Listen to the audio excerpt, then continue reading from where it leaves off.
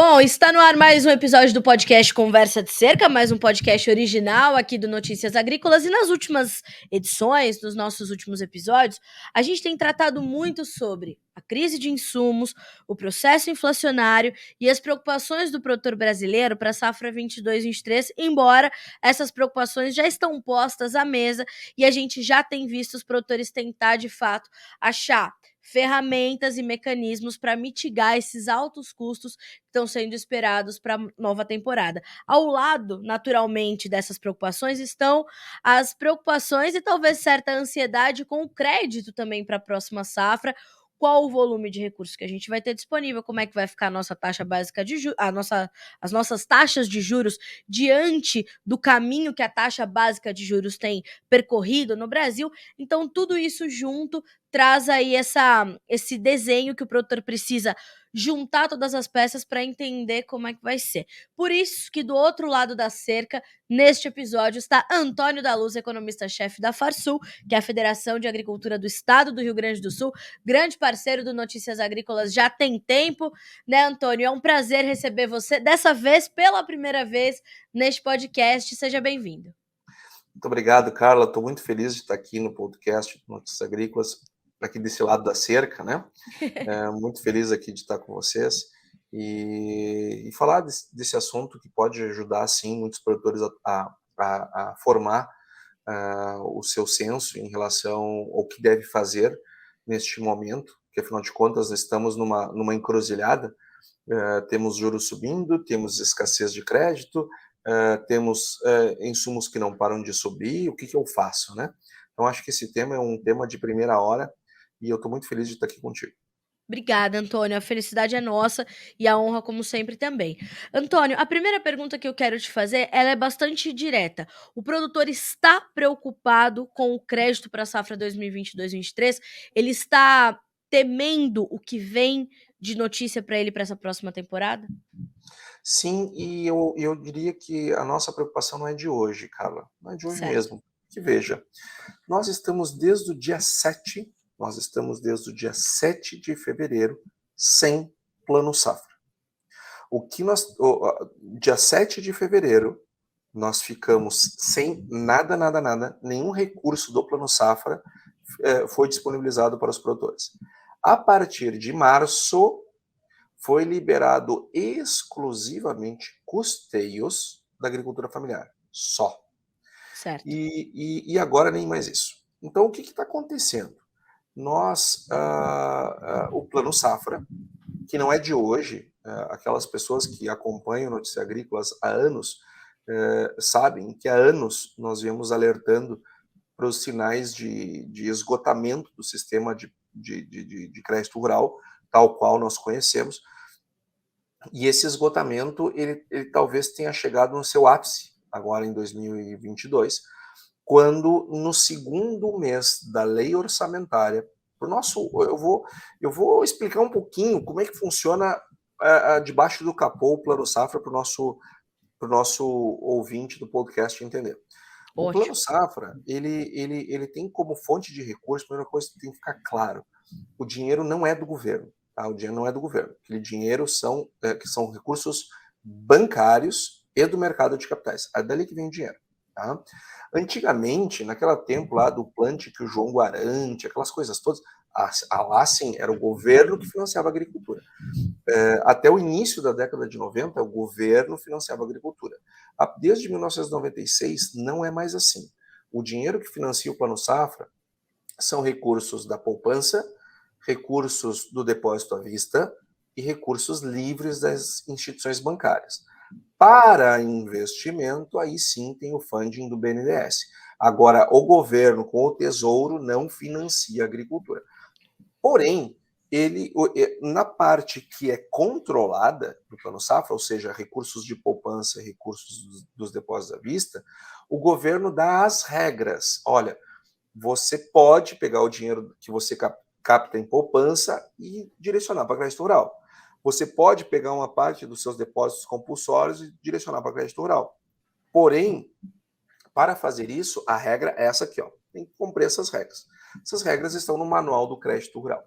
E alguma parte desses recursos, sobretudo a agricultura familiar, o Tesouro equaliza os juros. Ou seja, ele não empresta o dinheiro, mas ele paga um pedaço dos juros para o crédito não ficar tão caro para o produtor. Bom, isso é eficiente, isso não é eficiente, isso é um outro debate. Eu acho que não, tá? Eu acho isso mega ineficiente. Daí o que acontece? O Tesouro, ele diz para o banco, eu vou te subsidiar, viu? Tá, beleza. Mas você precisa preencher esse papel.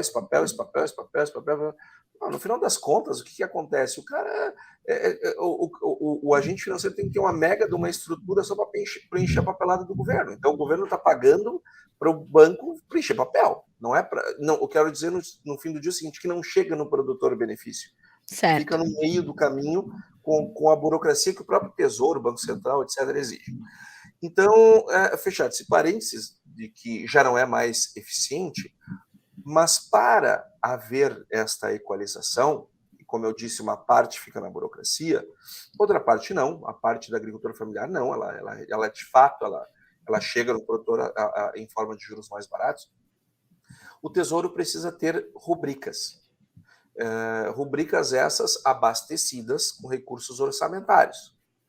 Lá num programa do orçamento que se chama Agropecuária Sustentável. Lá na Agropecuária Sustentável, que está dentro do orçamento da União, tem uma rubrica que se chama Subvenção Econômica para as Operações de Crédito Rural, enfim, custeio, coisas que o valham. Não lembro o nome dela inteiro, mas me lembro que é por aí, e tem lá no final, Lei 8427. Essa rubrica, ela precisa ter dinheiro para equalização. E o que acontece? Quando é que eu aprovo o orçamento? No final do ano. No máximo no final do ano. Para Sim. passar a viger a partir do dia 1º de janeiro. Quando é que eu disse que nós ficamos sem dinheiro para o Plano Safra? Fevereiro. Dia 7 de fevereiro. Ou seja, um orçamento para um ano inteiro, no segundo mês nós já estávamos sem dinheiro. Então, qual é o sentido de um Plano Safra que no segundo mês já não tem dinheiro? Claro. E aí nós temos em fevereiro, não temos em março e não temos em abril. Agora, nós precisamos de um PLN1, que dizem que vai à votação dia 28, eu tenho minhas dúvidas. Tenho minhas dúvidas porque, em primeiro lugar, desde a semana posterior à Expo Direto, que aconteceu no início de março, ele está para ser votado e até hoje não foi. Exato. E segundo, tem um monte de vetos para apreciar antes. Então, eu tenho minhas dúvidas que vai dia 28. Mas ok, se for dia 28, lá, quem sabe, no primeiro decênio do mês de maio, nós voltamos a ter o Plano Safra. Mas só que assim, o Plano Safra ele vai até 30 de junho, né? A partir de 1º de julho começa outro Plano Safra. Sim. Então, se nós não temos dinheiro para esse Plano Safra, imagina para o próximo. E os 800 milhões que vão entrar no PLN, eu não sei se passa de setembro. Recursos de investimentos, por exemplo, a minha expectativa é que eles não durem sequer um dia, que em algumas horas o dinheiro para o ano inteiro se esgote. Meu Deus. Então, o Plano Safra, conforme a gente vem falando há bastante tempo aqui no Notícias Agrícolas, em todas as plataformas do Notícias Agrícolas, ele vem dando sinais de exaustão. E o que em parte é normal. Tá? Eu acho que o que está acontecendo agora, e eu vou falar mais para frente, eu vou voltar nesse assunto, se me permitir, Carla, por favor, como é que chegou nesse problema, por que a coisa ficou tão grave agora, porque eu acho importante o ouvinte do Notícias Agrícolas saber. Eu acho importante ele saber que o crédito do Plano Safra, ele está indo para fundão eleitoral. Se ele não vai ter crédito, bom, então quem sabe ele compra insumo com santinho, com adesivo, com chaveiro, sei lá, com alguma coisa assim, ver se o pessoal que distribui insumo aceita. É importante o produtor saber que nós estamos sem Plano Safra por causa das emendas de relator, 16 bilhões desse escárnio, desse escândalo que são as emendas de relator.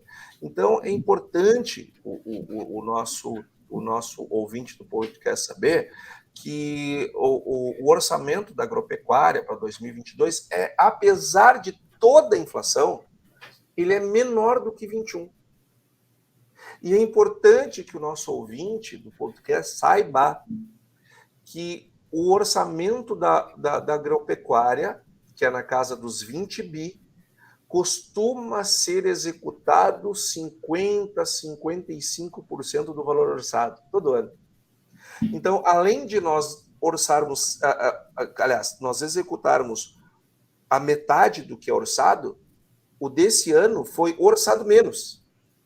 E é importante que o nosso ouvinte saiba que o que o governo gasta com a agricultura é só 0,1% do orçamento.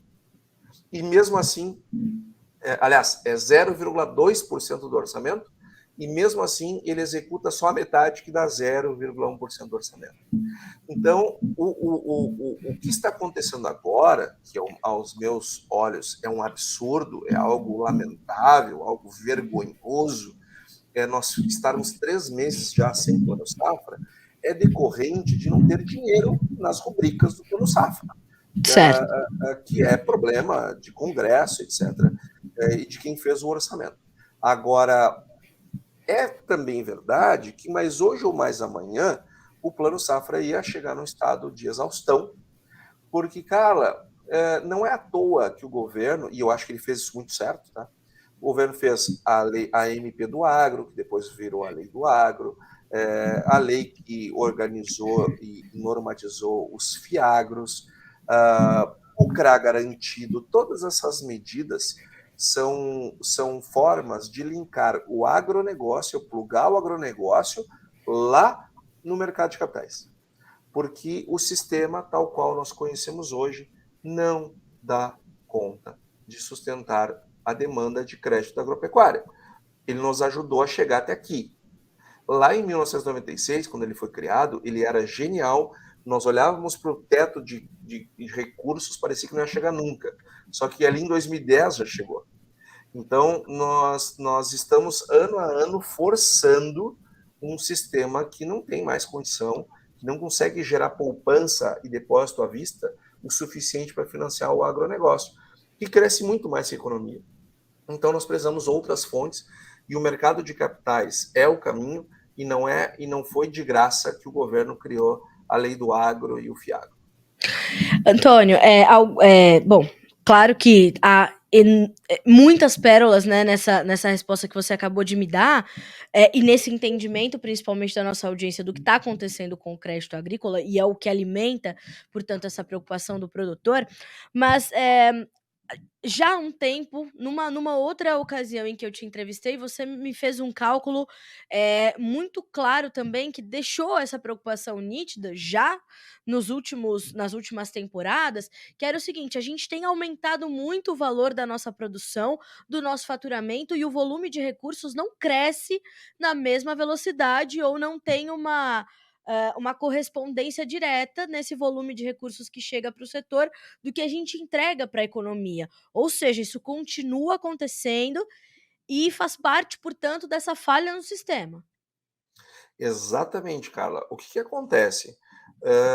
Quando nós aumentamos a nossa produção, cada hectare a mais que eu vou produzir, eu vou demandar mais crédito. Né? Mas Antônio, eu produzo com recursos próprios. Beleza, eu estou falando do Brasil. Cada hectare que o Brasil aumenta, ele vai aumentar a demanda por crédito. Sim. E então esse já é um fator por si só que aumenta a demanda. Só que não é só isso, cara. Os custos de produção, eles vêm subindo, e esse ano eles vinham assim, fizeram assim, né? Então, veja, nós estamos com 43%. A inflação dos custos de produção, eu vou trazer aqui no podcast um dado que está saindo do forno agora, tá? Nosso índice de inflação dos custos de produção, ele vai vir com quase 43% acumulado em 12 meses. Estamos divulgando agora, evidentemente, o último número março fechado, né? Certo. E o que acontece? Por 43%, eu preciso de 43% mais recursos para a mesma quantidade de produção que eu fiz no ano passado, só pelo aumento do custo de produção. Então, eu aumento a área, eu aumento o custo, percebe que a minha demanda por dinheiro ela é muito maior. Claro. Só que a nossa economia não cresce. Se eu olhar aí o crescimento, a última década foi perdida. O PIB terminou pior que começou. Então, e o PIB é quem gera os depósitos à vista, os depósitos em poupança. Então, está faltando dinheiro e esse processo ele não é de hoje. O mercado de capitais, bom, mas antes do mercado de capitais, deixa eu te dar outro número. Este ano de 2022, será um ano que nós vamos olhar para trás, daqui 10 anos, daqui 15 anos, daqui 20 anos, e vai ser aquele ano assim que a gente vai ver o ponto de inflexão. Vai ser o ano da mudança do jogo. O que eu quero dizer com isso? Dentro do Plano Safra, tem os recursos que são controlados e os recursos livres. Certo. Os recursos controlados são emprestados ao juro que é definido no Plano Safra. Sim. Certo? Os recursos livres, como o próprio nome já sugere, são livres. O banco aplica o juro que lhe entender conveniente. Os juros livres começaram bem pequenininhos no Plano Safra, quando eles surgiram. Logo ali depois das LCAs, eles começaram a vir e eles começaram a ocupar um espaço cada vez maior. Este ano de 2022, quando nós somarmos os recursos livres e os CRAs, nós vamos ver que os recursos livres de mercado já são maiores do que os recursos controlados. Então, e a partir de agora, vai crescer cada vez mais a parte livre e proporcionalmente menos a parte controlada. Uhum. E esse ano de 2022, isso já aconteceria de qualquer jeito. Agora, 3 meses em Plano Safra tornou a parte dos juros livres muito mais fáceis de serem protagonistas do que se não tivesse essa questão, mas de qualquer jeito seria. Nós vamos ter recursos livres com cada vez maior predominância na oferta de crédito, e os créditos controlados eles vão ficar cada vez mais restritos à agricultura familiar, e vai chegar um ponto que nem a agricultura familiar ele vai conseguir atender. Antônio, invariavelmente, além dos custos de produção muito elevados, que nós já sabemos que isso vai acontecer, a aquisição do crédito também será, portanto, mais dispendiosa e mais difícil. Carla, sim, você tem razão, e eu acho que isso é importante o nosso produtor ter em mente. Mas tem um ponto que eu quero levantar. Claro. Nós temos que ter um pouco de cuidado quando a gente compara os juros controlados dos juros livres. Uhum. O que acontece? Não, eu já vou dizer algo que naturalmente você me perguntaria, eu já vou adiantar aqui. Quanto que vai ser o próximo juro do novo Plano Safra? Eu não sei quanto será, tá? Eu não sei, eu não tenho essa informação, eu nunca tive, a vida toda participei das conversas, das negociações, mas nunca tive acesso ao número, nunca, nenhum governo, nenhum ministro, nenhum secretário de política agrícola jamais me vazou esse dado. Mas eu tenho os meus palpites. Claro. O meu palpite para esse ano é 9,5%. Tá? Eu acho que esse vai ser o número. Da onde é que eu tirei isso, tá?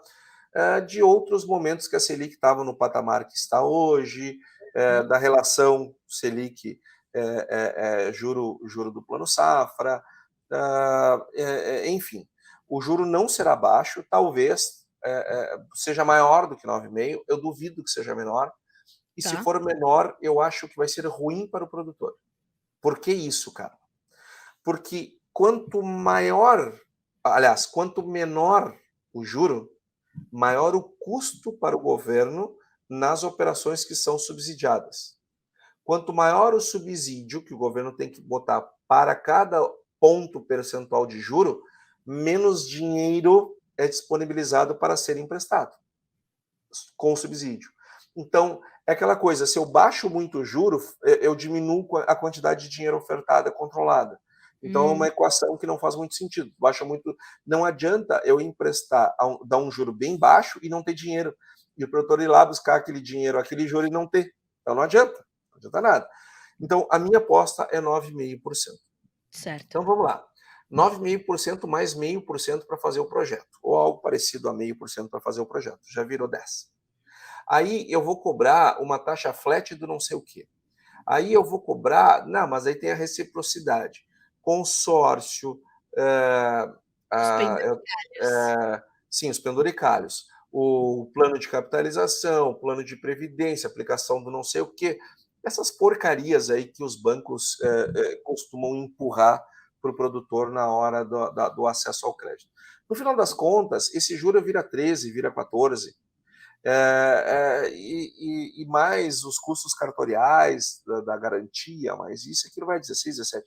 No final das contas, se pegar o juro livre, que não tem burocracia, tanta burocracia, comparado com o controlado, sem os penduricalhos, no final das contas dá elas por elas, Tá. percebe? Então não dá tanta diferença assim, embora Uhum. dê, claro que dá, mas não seja, a gente tem que ter um certo cuidado, o produtor tem que estar atento para pegar o controlado e adicionar os penduricalhos para ver até quanto vai.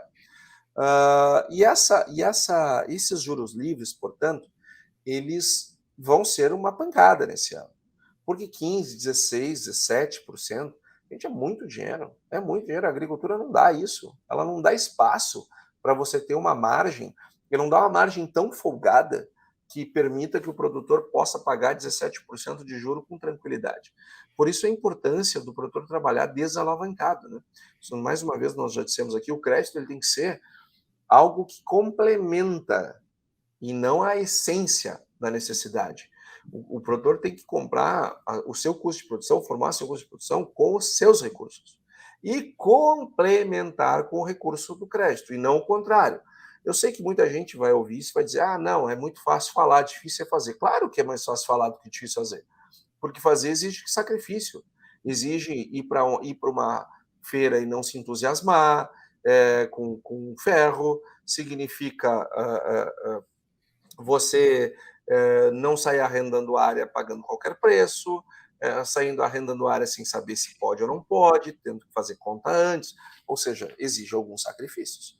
Então, mas via de regra, sim, dá sim, e está cheio de produtor que trabalha 100% com recurso próprio. E olha lá quem é que mais cresce, vê se não são esses. Então, nós temos uma necessidade de recursos próprios, sobre os quais não vão incidir o juro que incide o recurso do mercado financeiro. Então, eu pergunto, se você pegar o seu recurso e aplicar, vai conseguir ganhar 17%? Não vai, né? Agora, paga 17% para tomar crédito. Cadê a lógica disso? Assim como tem que ter dinheiro para comprar, assim como o produtor precisa de insumos, precisa de máquinas, precisa de gente, precisa de químicos e precisa de capital próprio também. Ponto. E tem que formar. Não forma num ano, forma em 2, forma em 3, forma em 10, mas forma. Forma. Porque pagar os juros do jeito que estão torna a competitividade do produtor mais baixa, drena recursos, drena a lucratividade e expõe o negócio a níveis de riscos mais elevados. Antônio, o produtor ele tem essa percepção, primeiro, de que não se trata de recurso público, de que não é uma, né, um subsídio do governo, não é um financiamento, não é o governo bancando a agricultura brasileira, número um. E número 2, ele tendo essa percepção, ele tem buscado nos últimos anos fazer esse caixa para fazer a sua safra com recurso próprio, porque também já te ouvi dizendo isso várias vezes, da importância que o produtor tem de ter esta garantia, porque isso acaba sendo uma garantia para ele, né, uma garantia pelo menos de planejamento, de quanto vai custar o dinheiro dele, de quanto vai custar o recurso dele, e é esse sentimento que eu tenho, que o produtor às vezes não tem essa percepção, inclusive quando ele questiona aqui para nós no Notícias Agrícolas ou na Farsul ou em outra instituição de classe, esse volume de recursos do governo, essas taxas subsidiadas, essa equalização de juros, o produtor tem essa percepção e ele sabe como mitigar, essas condições e como achar essas alternativas? Eu acho que os produtores muito boas, as duas perguntas muito boas e bastante reflexivas. Eu diria que produtores que são melhor equipados, digamos assim, produtores que se preocupam com a vida fora da porteira, produtores que se interessam de saber como é que as coisas funcionam. Eles sabem que os recursos do crédito rural não são governamentais, sabem que os recursos são privados e uma parte daqueles recursos, a partir de 2022, a menor parte, ela recebe algum tipo de subvenção do governo. Subvenção na taxa de juros, mas o dinheiro não é do governo. O que o governo faz é subvencionar uma parte dos juros. Não é nem todo o juro, é uma parte dos juros. Exato. Mas o dinheiro do funding que o produtor vai pegar não é do governo há muito tempo. Eu te diria que não é uma visão majoritária, porque se fosse uma visão majoritária por parte dos produtores, não existiria nem mais lançamento de plano safra. Exatamente. É uma mega de uma cerimônia onde o governo anuncia um dinheiro que não é dele. Então, se o produtor tivesse noção de onde é que sai o dinheiro majoritariamente, ele não faria mais nem sentido aquele tipo de ação daquele jeito. Eu acho importante, sim, o governo vir lançar alguma coisa, demonstrar demonstrar a sua preocupação com o agro. Eu acho bacana, acho isso muito simpático. Mas eu só me lembro de um secretário de política agrícola, que foi o Wilson Vaz de Araújo, no seu discurso de lançamento, deixar claro que aqueles recursos não eram públicos. Geralmente, até porque ele é um técnico, né?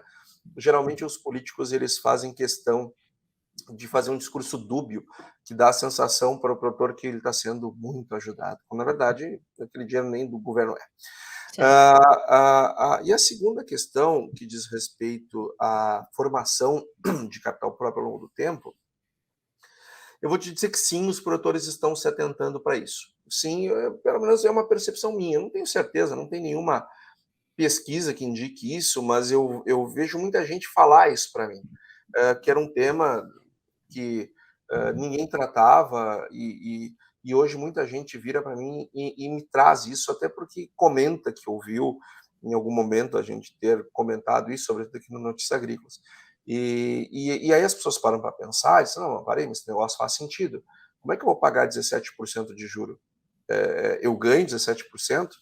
Mais de uma vez, Carla, nós fizemos algumas simulações que mostram que quando o produtor chega ali na casa, em níveis de juro como está agora, o produtor ali na casa dos 50% de alavancagem, ou seja, se ele precisa 1 milhão para plantar a sua safra, ele pega 500 mil no banco, ou numa cooperativa, ou seja, onde for, crédito terceiros. Quando nos juros nesses níveis, quando a gente chega mais ou menos em 50%, você está pagando de juro o que você está lucrando, a mesma quantidade. Ou seja, se você está ganhando 100 mil de lucro, você está pagando 100 mil de juro.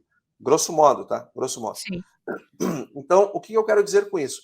Que se você quer dobrar o seu lucro, sem aumentar um palmo de terra, sem aumentar seu risco, sem nada, diminua sua alavancagem. Sim. Aqui, tudo aquilo que está pagando de juro vai virar lucro.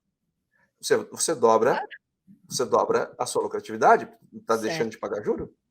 E é muito comum ali entre 40% e 50% de alavancagem o produtor começar a pagar de juro um valor idêntico ou muito parecido com o que ele ganha de lucro. Então, qual é o sentido de eu dar metade do meu lucro, gente? Qual é o sentido disso? Onde está a lógica disso? Então, eu preciso... Como é que eu faço? Eu desalavanco. Como é que eu desalavanco? Eu vou adotando uma parte de capital próprio cada vez maior. Então, entrou o dinheiro, ganhei o dinheiro, antes de sair comprando o insumo com recurso do banco, já usa o seu próprio, e aí vai indo, vai diminuindo, vai diminuindo. É um processo que leva 2, 3, 4, 5 anos, mas chega, mas ele chega. E eu não estou dizendo aqui que o produtor deva trabalhar sem banco, não é isso, eu não chego nesse nível, tá? Acho isso exagero. Mas ele precisa trabalhar com 20%, 25%, 15%, é isso. Diminuir a alavancagem. Isso, o investimento um pouco mais, claro, né? Não vai tirar dinheiro do caixa para fazer um investimento que vai maturar em 10 anos. Mas aí tudo bem, faz um investimento com recursos de crédito, mas o dia a dia isso tem que ser 10%, 15%, 20% no máximo, e olha lá. Então, tem que haver esse processo de alavancagem.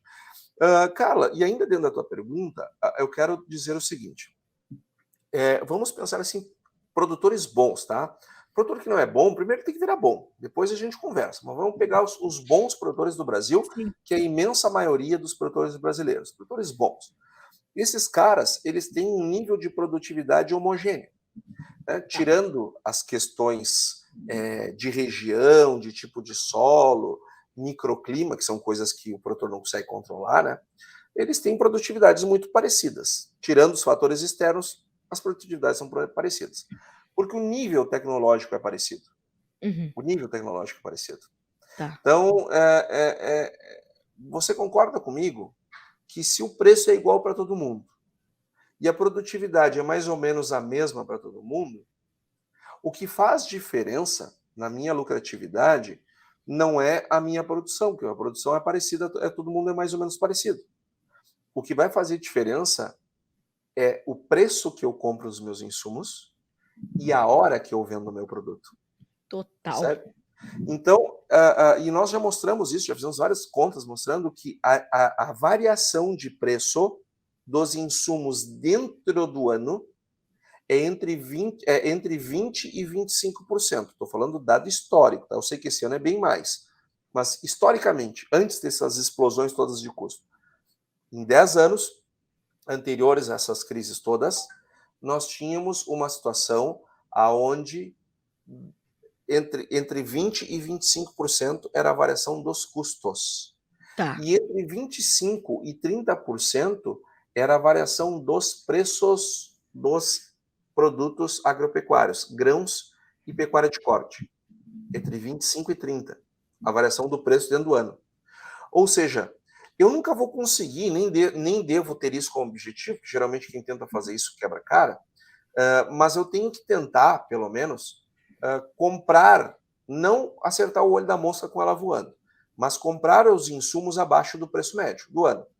Já que ele varia 25%, tudo bem, eu posso não ganhar os 25% de bônus, mas vamos ter como meta ganhar 15%? Sim. E no produto, eu não vou conseguir ganhar os 30%, mas vamos botar como meta ganhar os outros 15%? Sabendo que existe sazonalidade de preço, tanto no insumo quanto em produto? Percebe que se eu ganhar 15% na compra dos meus insumos em relação à média dos produtores e à média do ano, e se eu ganhar 15% em relação à média do mercado, na hora, porque eu vendi o meu produto num momento melhor e eu comprei os meus insumos num momento melhor, percebe que eu ganho mais do que 30%? Exatamente. Então, é mais do que 30% por quê? Porque a receita é maior que o custo, né? Então, eu estou incidindo 15% sobre um valor maior. Então, eu ganho mais do que 30%. Só comprando bem, aliás, comprando melhor e vendendo melhor meu produto. Quem é que compra melhor seus insumos e vende melhor seu produto? Quem tem controle sobre o caixa. Quem é que tem controle sobre o caixa? Quem tem capital próprio. Quem tem capital próprio compra insumo quando quer. Quem não tem capital próprio compra insumo quando o banco libera o dinheiro. É um fato. É um fato. É o que eu falei, né? A gente precisa trazer mais desse tipo de informação para o produtor, porque essa situação, né, o produtor precisa ter esse fluxo de caixa saudável, não saia comprando, não saia arrendando, não vá para uma feira dizendo, não, essa é a oportunidade da minha vida, eu vou levar, né? E eu percebo que você tem batido muito nisso, né, Antônio, nos últimos anos, e justamente por conta dessa, volto a falar sobre isso, né, dessa falha no sistema do Plano Safra. Se estuda mudar esse sistema, olhando mais para esse perfil que o produtor teria que ter ou que vem buscando ter, para tentar equilibrar mais as relações, Antônio? Ou não, ou nem ao menos se discute essas mudanças que seriam completamente possíveis e muito oportunas para o produtor brasileiro, para que inclusive ele garanta a sustentabilidade dos seus negócios? Perfeito, Carla. Como nós caminhamos para um sistema de crédito mais livre, ou seja, aonde produtores e agentes financeiros negociam livremente as taxas de juros e pactuam entre si uma determinada taxa, eu posso tirar uma taxa, você pode tirar outra, né? Não é uma coisa que o governo diz, é X, todo mundo tem que se adaptar a isso. Não. Cada agente financeiro e cada produtor vão chegar num valor para aquela operação, baseado no nível de risco daquela operação. Então, o que está acontecendo?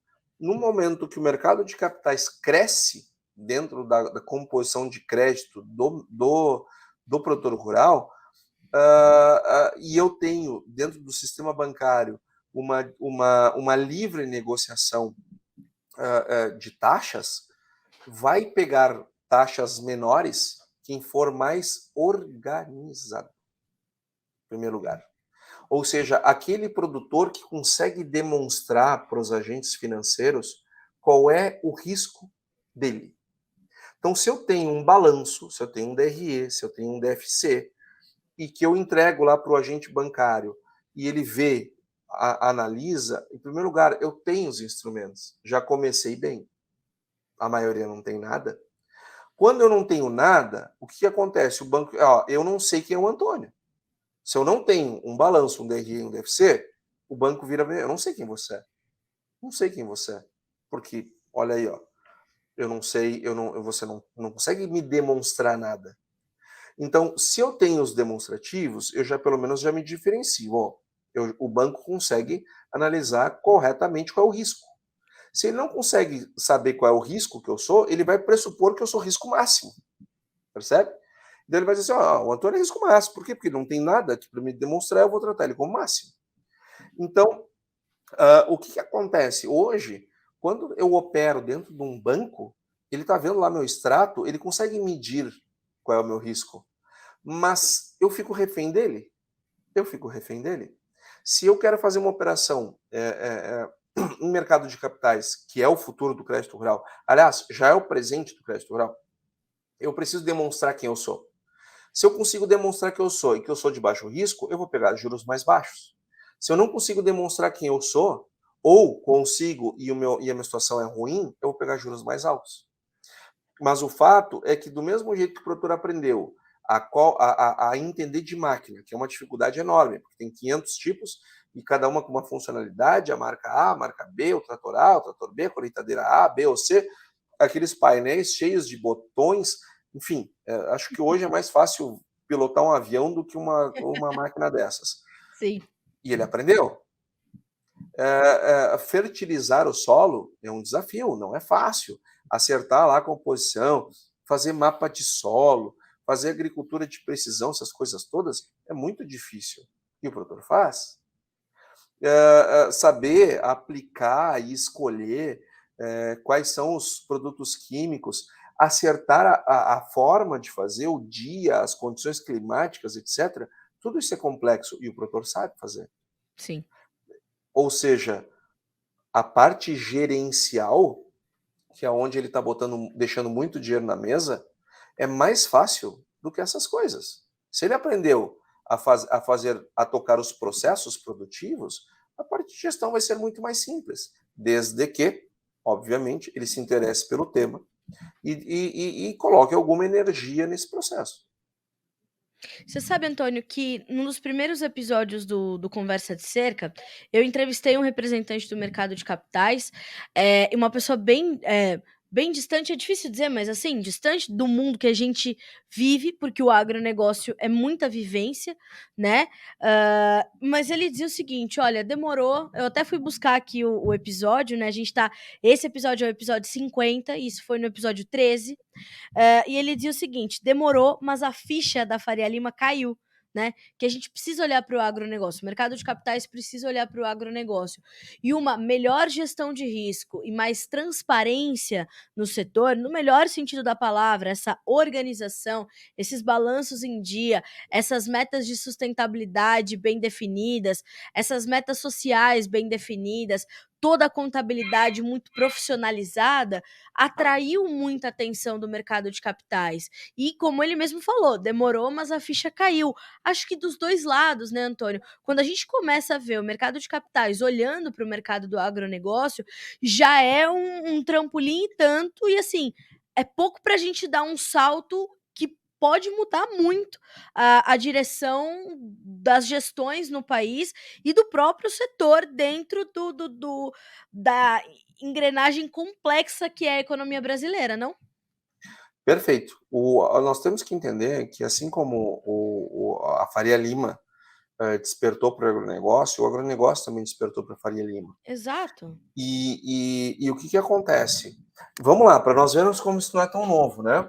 Toda vez, produtor, que você vai numa distribuidora de insumo e compra um produto para pagar na safra, toda vez que você vai numa cooperativa e pega um insumo para pagar na safra, toda vez que você vai numa indústria, sei lá, e pega um insumo e vai entregar o produto na safra, certamente 80%, 70%, 80% dessas vezes, atrás dessa operação tem um CRA. Um CRA ou da multinacional, ou da distribuidora de insumo, ou da cooperativa, ou da determinada indústria. Mas 70% das vezes tem um CRA. E o que é um CRA? É uma operação em mercado de capitais, onde o produtor entrega um recebível, uma nota promissória, uma CPR ou coisa do tipo.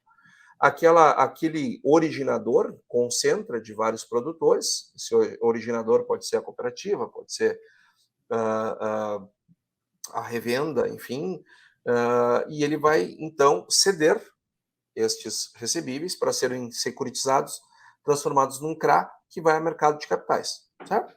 É isso. E aí com isso, e você só consegue pagar prazo safra porque teve uma operação de mercado de capitais.